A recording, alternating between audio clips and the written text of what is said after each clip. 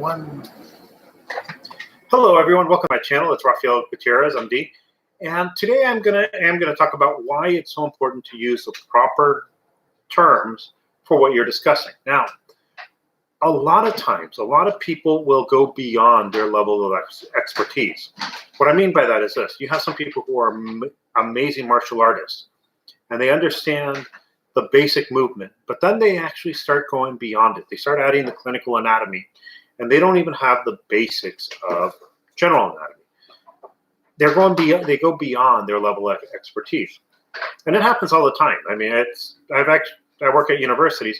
I've talked to people who teach anatomy who were botanists, and it's just one of the things. It's like, yeah, if you take a university or community college class, a lot of times your instructor in anatomy, a lot of times your instructor may not actually be much more qualified to teach anatomy than pretty much anyone else. But that's beside the point. The truth is, there is a level of competence that you can get to, and you have to know where your level is. For instance, I actually can talk about, with the education I have in medicine, I can talk about anatomy, clinical anatomy, physiology, microbiology, infections. But if someone asked me, hey, how do you run a successful business? I would send them over to someone else, because that's not something I'm actually understand too well. Or if someone asked me, well, I'm feeling depressed, what should I do? My response would be, maybe you should see a psychologist or a psychiatrist. That's not my level of expertise. I understand that. If you want to know the pharmaceutical aspects of it, I can talk about that, but that's another subject.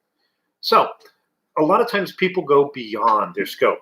And I'm mentioning this because not too long ago, I was watching a video, and someone was talking about how to defend against multiple opponents.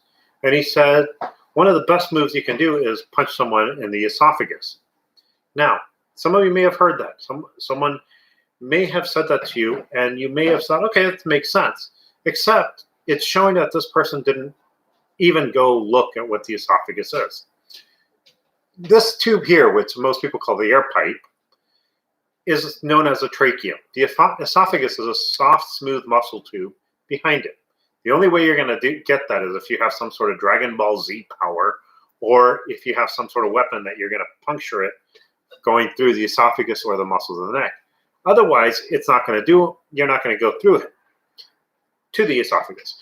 And even if you did hit the esophagus, it's not going to do anything. It actually is the trachea that you may be trying to hit, and there's a lot of different problems with that, which I'll talk about when I get to respiratory.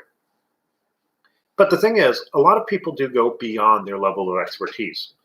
And a lot of times when you're listening to it, especially when you're beginning, you figure, okay, this person knows what they're talking about.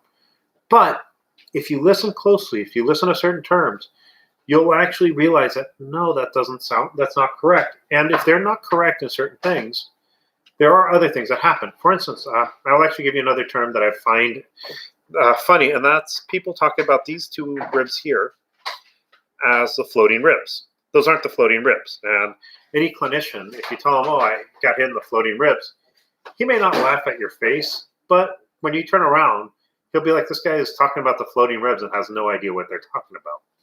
Truth is, floating ribs are behind you, and you're really not going to do much damage to them, even if you hit them, because it has a big hunk of muscle right over them. So what I'm trying to say is, understanding the words actually is important.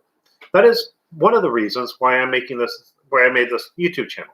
I want to actually give everyone the ability to understand the human anatomy and the clinical anatomy, to understand injuries. If we're teaching martial arts, we have to actually understand what we're doing. If we want to move beyond a basic elementary level, in my eyes, you do need to look at the history. And I am actually, as you notice, I've mentioned books all the time. I don't write those books. They're written by someone else. And the history is important because it helps you understand what you're doing. The philosophy is actually really important. For instance, if your philosophy in martial arts is to win a game, well, you're going to train one way. If you're actually using the philosophy of Iken Hiatsu, which I've had a lot of people tell me, by the way, is impossible, even though I can tell you how I can get a basic kata and make it lethal. Uh, may not be how it was intended to be used, but hey, you can do it. Uh, you can use it that, and you're going to train different. It may not make you any points in tournaments, or make you even may actually get you disqualified. But these philosophies can actually help you understand your karate, especially when you're using clinical anatomy. If you're training for sports, it actually is important to understand the clinical anatomy as well to prevent injuries upon yourself. So you can do this for a lifetime. So when you're 90, 100 years old, you can still do martial arts. Now, why do like I said, that's one of the reasons I do it. The other reason is I just love teaching. I mean, I would travel around the world talking about this to everyone who'd be willing to listen to me if I could. I'm actually in a great city where I can actually do it and get paid a little bit, so why not, right? But that's part of the reason why I do it. But the other one is this: by giving everyone the basic understanding of anatomy, of physiology, of the sciences behind it, we can actually see what's correct and what's incorrect. We can see who's a fraud and who is actually selling something proper.